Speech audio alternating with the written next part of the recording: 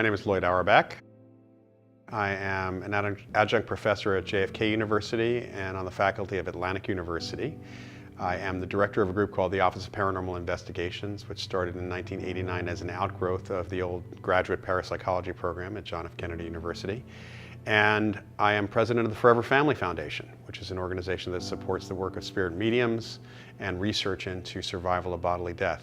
One of the things that we've noticed in parapsychology over the years is there's this social element to having psychic experiences and to even being psychic. You know, the fact is that belief is the most correlated element of human behavior to being psychic.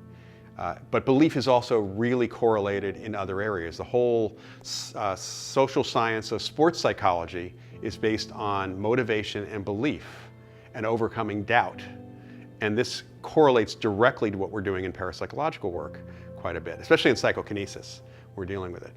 So if people don't think they've had any psychic experiences and then have one and tell their friends and their friends think it's weird or their parents think it's weird, it suppresses that. You bring people into a situation where there are professional psychics and mediums, people who are having experiences, and it becomes okay to have an experience. You're actually in a situation that gets past two elements that the late psychologist and parapsychologist Kenneth Batchelor in England designated back in the 1960s. People are not psychic often because of two things. Witness inhibition. Our society has told us this stuff is weird, so we don't even like to see it for the most part. And the second element is ownership resistance. It's one thing for somebody else to be psychic, but not me.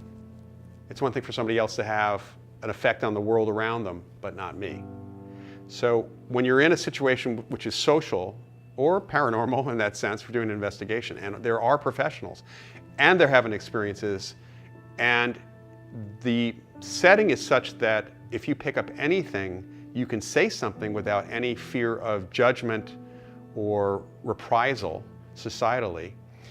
People will get past that witness inhibition because they're already witnessing it. They're seeing it with the mediums and the psychics. And now they're going to get past the ownership resistance because most mediums and psychics who are any good know that everybody has some of this. I'm Julia Mossbridge. I am a cognitive neuroscientist and an experimental psychologist. And what I do is, my broad goal is to teach and learn about time and love. And where I do that right now is at the Institute of Noetic Sciences in Petaluma, California. I'm a visiting scholar at Northwestern University in the psychology department. And I'm a science director of the startup Focus at Will, which is a music startup.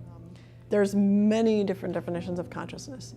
And Imad Sparus up at King's University College in London, Ontario, did this beautiful meta-analysis of all the different ways of talking about consciousness. And he grouped them into three, maybe four groups.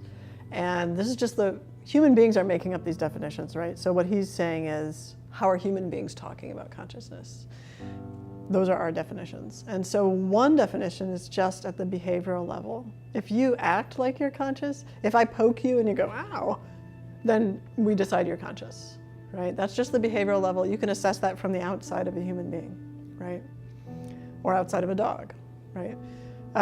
Then there's a subjective level where you have to have access to internal experience to say, I feel something, or even something is being felt, something is being observed. Maybe there is no I, but something is being observed, right? So that's a second sort of level or description of consciousness, of subjective experience. You can't assess that from the outside because someone could say to you, I feel something, and they could be a robot that you programmed to say, I feel something, right?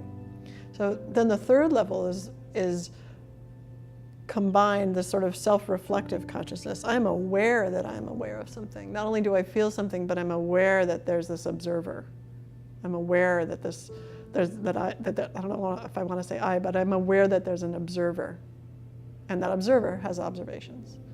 That's another way of talking about consciousness. And then the fourth can be this kind of cosmic, either called deep consciousness, sort of where William James, the great psychologist and the sort of the father of neuroscience, he talked about underneath the earth, the roots of the trees intermingle. And above, we think of them as separate trees, but underneath the earth, they intermingle. That would be like collective consciousness or deep consciousness or cosmic consciousness that's kind of connected between people and with the universe. So those are 4 different ways of thinking about consciousness.